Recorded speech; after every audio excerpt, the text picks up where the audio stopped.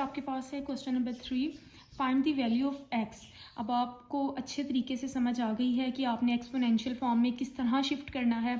तो अगर आप यहाँ देखें, ये आपके पास बेस है, एक्स आपके पास बेस, 3 आपके पास क्या आ गई है, पावर आ गई है, और 64 आपके पास एज इट इज़ आ जाएगा। हमने यहाँ एक्स की वैल्यू निकालनी है, तो ये आपके पास 64 आ गया है। तो मैं यहाँ क्या करूँगी, या तो मैं इसका क्यूब रूट ले लूँगी दोनों तरफ, या मैं इसको पावर में चेंज करके क्यूब रूट ले लूँगी, अप टू यू। तो taking cube root on both side, मैं दोनों तरफ इसका क्यूब रूट ले लूँगी। तो जब मैं इधर 64 का भी क्यूब रूट लूँगी और x पे भी मैं क्यूब रूट लूँगी, बिकॉज मेरे पास जो पावर है ये क्यूब में है। अगर ये मेरे पास स्क्वायर में होगी तो मैं स्क्वायर लेती सिंपल, लेकिन यहाँ मेरे पास पावर किस फॉर्म में है, क्यूब में है। तो जब मैं 64 का क्यूब रूट लूँगी तो आपको पता है ये किसका क्यूब है, ये 4 का है। 4 4 ज़ार 16, 16 4 ज़ार 64। तो आपके पास जो x का आंसर आ जाएगा, ये तो डायरेक्ट कटिंग हो जाएगी। आपके पास जो x का आंसर आ गया है वो x इज़ इक्वल टू 4। तो आपके पास सेकंड पार्ट है, उसमें आपके पास है log 5 is 1 is equal to x. तो सबसे पहले आप इसको एक्सपोनेंशियल फॉर्म में ले जाएं। तो ये बेस है आपकी बेस, और ये आपके पास एक्सपोनेंट है, और ये 1 एज इट इज़। अब यहाँ थोड़ा सा आपने डीपली समझना है। 1 तब आता है जब किसी भी नंबर की पावर, फॉर एग्जांपल वो कोई नंबर a है, उसकी पावर आपके पास 0 होगी तो हम उसकी प्लेस पे लिखते हैं 1। तो यहाँ मेरे पास बेस क्या है, 5, यहाँ बेस 1 है, तो यहाँ बेस 5 है। तो क्या मैं इस 1 की प्लेस पे लिख सकती हूँ 1 इज इक्वल टू 5 पावर 0।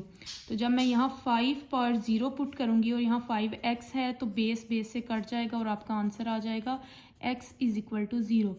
आपने यहाँ चेक कर लेना है कि आपने किस टर्म में बेस लेनी है। यहाँ मेरे पास न्यूमेरिक वैल्यू थी 5, तो मैंने इन टर्म्स ऑफ 5 बेस ली है। आपको अगर कोई दूसरा नंबर गिवन है तो आपने उसके अकॉर्डिंग बेस लेनी है, और उसकी हमेशा पावर क्या लेनी है, 0, बिकॉज किसी भी नंबर की पावर जब 0 होगी तब आपके पास आंसर 1 आता है। नेक्स्ट पार्ट आपके पास है log x 8 is equal to 1। Again इसको एक्सपोनेंशियल फॉर्म में लिखें, ये बेस है, ये एक्सपोनेंट है, और ये 8 आपका एज इट इज़। तो मज़ीद सिंप्लीफिकेशन की ज़रूरत नहीं है, आपने x का आंसर निकालना है, तो ये आपका आंसर है x इज इक्वल टू 8। आपके पास है log 10x is equal to -3। तो अगेन इसको पहले इन टर्म्स ऑफ बेस लिखते हैं। 10 आपके पास बेस है, ये एक्सपोनेंट है -3, और x एज इट इज़। अब यहाँ आपके पास जो x का आंसर आ गया है नेगेटिव पावर में आ गया है। तो आपको पता है हम कभी भी नेगेटिव पावर को नहीं छोड़ते, तो हम इसको हमेशा पॉजिटिव में कन्वर्ट करते हैं। तो जब मैं इसको पॉजिटिव में लेकर जाऊँगी तो मेरे पास आ जाएगा 1 डिवाइडेड बाय, अब ये पावर नेगेटिव में है तो मैं इसको डिनोमिनेटर में ले जाऊंगी, तो ये मेरे पास +3 हो जाएगा। और मज़ीद सिंप्लीफाई इसको कर लें, अगर आप in terms of standard form लिखना चाहते हैं तो आपके पास क्या आ जाएगा, 1 डिवाइडेड बाय 10, 3 टाइम्स मल्टीप्लाई हो जाएगा, तो आपके पास आ जाएगा 1000। आपका ये आंसर है। आपके पास है log 4x is equal to 3/2। सबसे पहले इसको एक्सपोनेंशियल फॉर्म में लिखें, x is equal to 4 power 3/2। आप इस पावर को सिंप्लीफाई भी कर सकते हैं। वो किस फॉर्म में आप सिंप्लीफिकेशन करेंगे, आपको पता है कि जो डिनोमिनेटर वाली पावर होती है वो हमेशा आपके पास स्क्वायर रूट की होती है।